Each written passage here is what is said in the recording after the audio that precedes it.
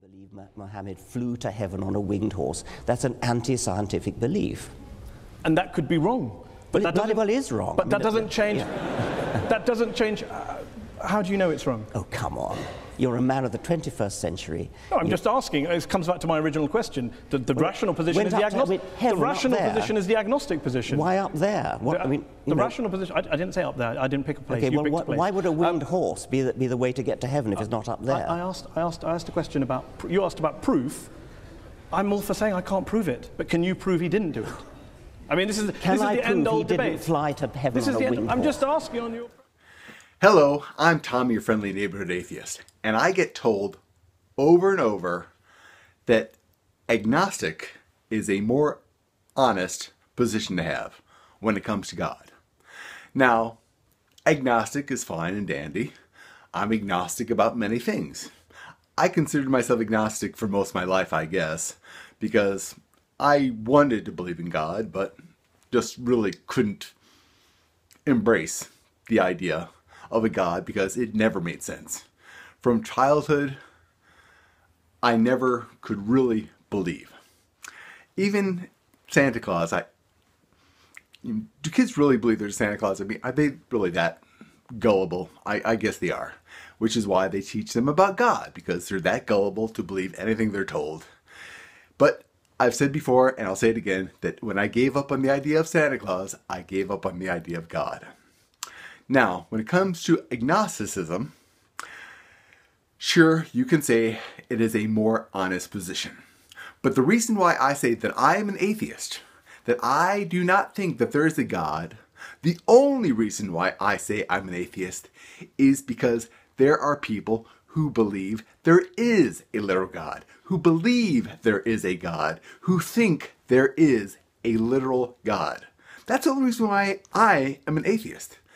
Not because I have questions, not because I'm convinced that there is no God, but because I hold the position that there is no God. And the only reason I hold the position that there is no God is because of all the people who hold the position that there is a God. Now, really, they should all be called agnostic because they don't know. They can't know. It isn't possible to know that there is a God, but yet they believe there's a God. And these people like to tell me that I am agnostic because I don't know that there isn't a God. Seems kind of, counter, Anyhow, so the only reason why I'm an atheist is because there are people who say that there is a God. I don't have to say that there is no God. I don't really care. God doesn't enter into the picture. God is not a factor in my life. God does not matter because I don't think there is one. And I don't need to call myself an atheist other than to distinguish that I do not think that there is a God. Everyone is agnostic about something, but I am not agnostic when it comes to God. Not that I'm certain that there is no God, but I have no reason to believe that there is. And I don't need to argue about whether or not there is a God.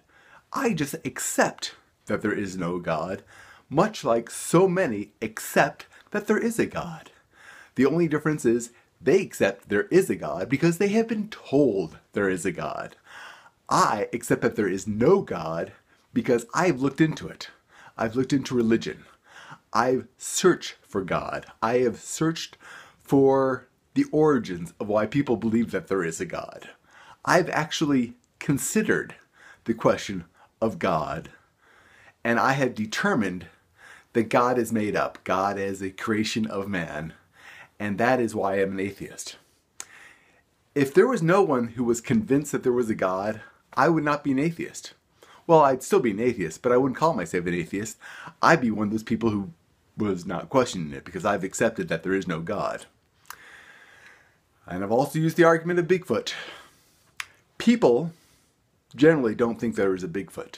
There are people who think that there is a Bigfoot, but everyone else, and there are billions of them, aren't called, a Bigfootist or, called Bigfoot non-believers.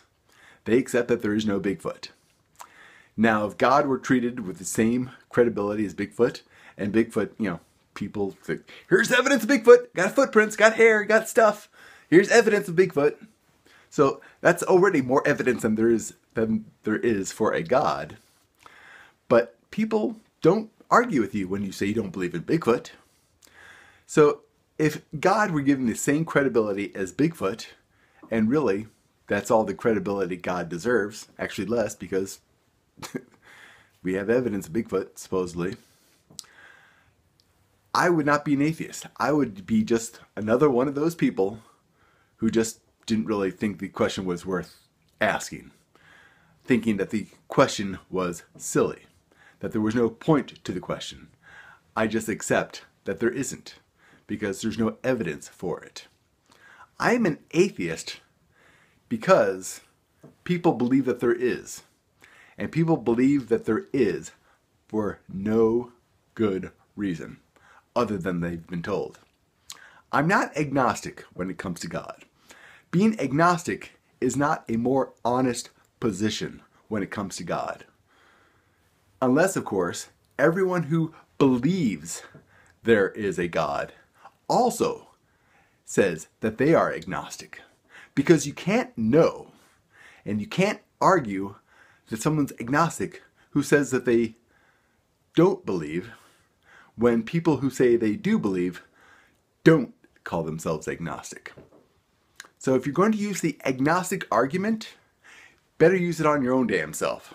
Because every one of you on this planet is agnostic. Because you don't know. And the next person who says that I'm agnostic, well, I'm going to do the same thing I always do. Anyways, I'm Tom, your friendly neighborhood atheist. And I know that wasn't a terribly friendly thing to do, but it was kind of funny. And I am not agnostic. So quit telling me I am, okay? Thank you.